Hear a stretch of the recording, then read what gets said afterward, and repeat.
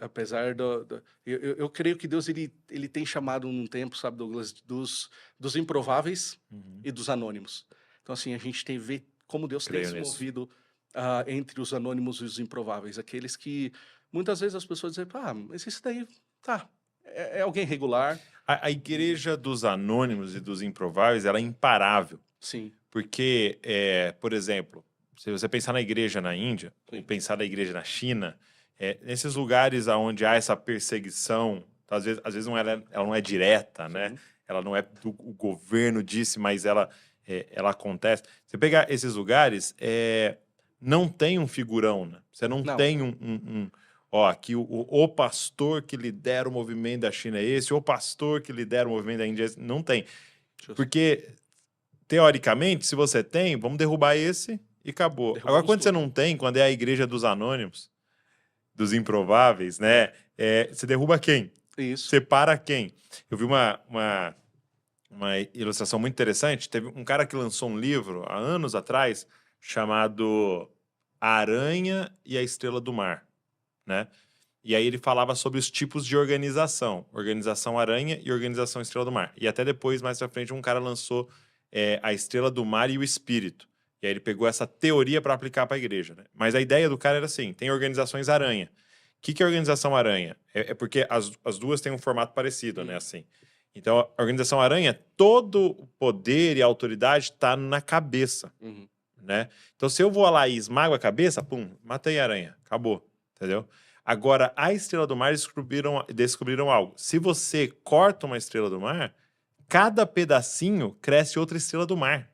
Então, não é nem que ela só cresce a perna de volta. O pedaço que você tirou da perna dela cresce uma outra estrela do mar. Tanto que eles estavam tentando, tinha um lugar, eu acho que era na Austrália, que estava com várias estrelas do mar e eles precisavam diminuir um pouco por causa do. Tava dando um desequilíbrio lá, né? E aí os mergulhadores não sabiam, foram lá e picaram as estrelas do mar. E reproduziu. Quando eles voltaram depois de um período, tinha tipo assim, 5, 6 vezes a mais de estrela do mar no lugar, né? Mas porque todas viraram. Mas qual que é o ponto? Todo pedacinho tem DNA suficiente para começar um novo corpo. E é por isso que a gente investe muito no discipulado. Exato. É nisso que a gente acredita. E não no discipulado do palco. No Uhum. discipulado da bacia e da toalha. Sim. De lavar os pés. De serviço. De cuidado. De se importar. É. De derramar sobre a vida do outro aquilo que a Uhum. gente carrega. Porque a gente carrega o maior poder que o mundo já experimentou. O Espírito Santo. Sim. Então, assim, se isso não derrama na vida do outro. E eu acredito uma coisa, eu acredito que as crianças crescem. Hum. As crianças, elas crescem. Então, hoje, investimos nela para nós não colhermos lá na frente algo que a gente colhe hoje. Uhum. Né? Então, se nós queremos colher diferente, vamos investir nas crianças. Por isso que o nosso ministério sempre foi voltado para isso. O futebol, nós, sim, poderia falar assim, Léo, alto rendimento. Ok, alto rendimento é uma Uhum. benção. Mas eu fui chamado para quê? Para investir numa nova geração, uma geração que já existe, existiu na Índia, continua existindo em outros lugares. Aonde nós formos, vamos iniciar pelas crianças, porque elas Muito vão bom. crescer e elas vão reproduzir aquilo que Jesus é. Uhum. Então, sim, falamos sobre pequenos cristos, sim, semelhança, imagem e semelhança. Então, nós cremos e acreditamos, por isso que a gente entrega os nossos melhores dias, Aham. para que outros cristos, outros pequenos cristos sejam espalhados que nem raposas incendiárias nesse Aham. campo lá. Aham. Então, você vê, ah, essas crianças, elas iam se abrindo de uma tal forma que ela ia compartilhando a vida dela, trazendo gente para dentro das casas, compartilhando a vida dos seus familiares. Desde a criança lá de uma comunidade carente, de uma favela, Uhum. até pessoas com um poder aquisitivo diferente. Todas as castas. Todas as castas. Por quê? Porque você é um treinador. Então, Uhum. esse daqui fala, uau, o que que eles têm? Esse aqui fala, puxa vida, é um treinador de futebol. Uhum. Então, assim, a gente consegue comunicar com todo mundo aquilo que Jesus é, Muito bom. apesar de qualquer diferença, né? Muito legal. E, assim, aí fui me preparar, foi onde fui estudar toda a questão me preparar, tirar as minhas licenças como treinador, né? Então, é o que eu acho fundamental. Uma coisa que nós temos como, eu digo como família, é a questão da excelência, né? Uhum. Para aquilo que nós vamos fazer no campo, porque nós estamos sendo enviados por Deus, nós somos chamados, enviados, nós representamos o reino, então a gente tem que fazer bem. E eu lembro Sim. que nós fomos fazer toda a questão das licenças de treinador, aí você vai estudar, só continua estudando até hoje, né? Então essas licenças não param para a gente fazer aquilo que Jesus chamou a gente para fazer com excelência, né? Então E foi foi que assim uma porta de entrada, né? Porque Foi. você com a licença tal, você tem assim um aval, uma Isso. autorização para estar lá e portas abertas, né? Para ir então poder compartilhar do evangelho também, né? Isso, num país fechado, perseguido.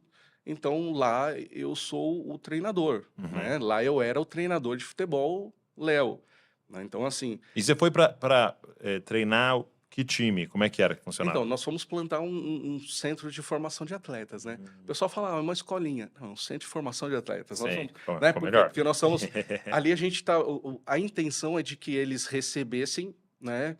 Tudo que se recebe em qualquer categoria de base dos clubes brasileiros. Então, se vamos fazer o melhor para eles, como faríamos aqui em qualquer lugar do Brasil. Então, aí nós fomos plantar esse centro de formação do zero. Aí chegamos na Índia com... E onde? Na cidade de Pune. Fica- Pune. Isso, Maharashtra, perto de Mumbai.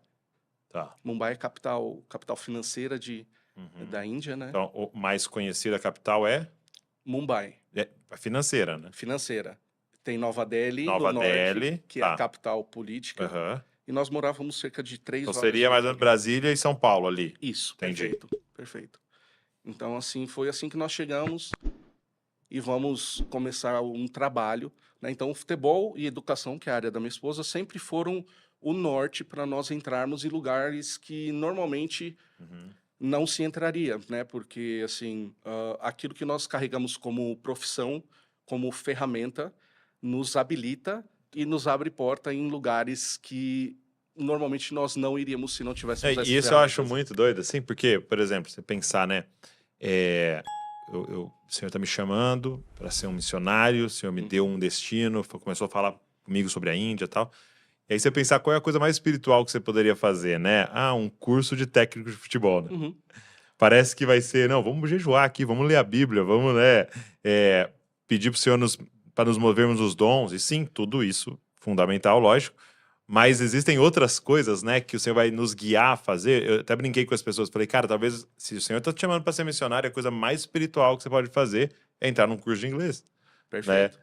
Porque, com certeza, uma das principais questões ao chegar lá se chama língua, né? Sim. E, inclusive, é uma das coisas que já desde antes já nos preparávamos, que é justamente nisso. Ok, o senhor nos chamou, tudo bem. Quais ferramentas que a gente precisa carregar para esse lugar onde o senhor está nos chamando? Ou nós vamos chegar de mãos vazias lá? Então, assim, hoje se qualquer missionário que vier perguntar, falar, o que eu preciso? Eu vou falar, vai estudar inglês ou uma língua Ok. estrangeira, o mandarim. Hoje eu vou falar assim, ó, tudo É bem. mesmo? Você falaria mandarim? Sim, estude inglês, mas faça um mandarim, porque a comunidade chinesa e a China está espalhada no mundo, então, assim, todos os lugares que a gente vai, a gente acaba esbarrando, né? Moçambique é um alvo da China. É mesmo? Sim, sim. Então, Só para vocês saberem, o Léo hoje com a sua família está em Moçambique. Mas nós vamos chegar lá. vamos chegar lá. voltar na Índia.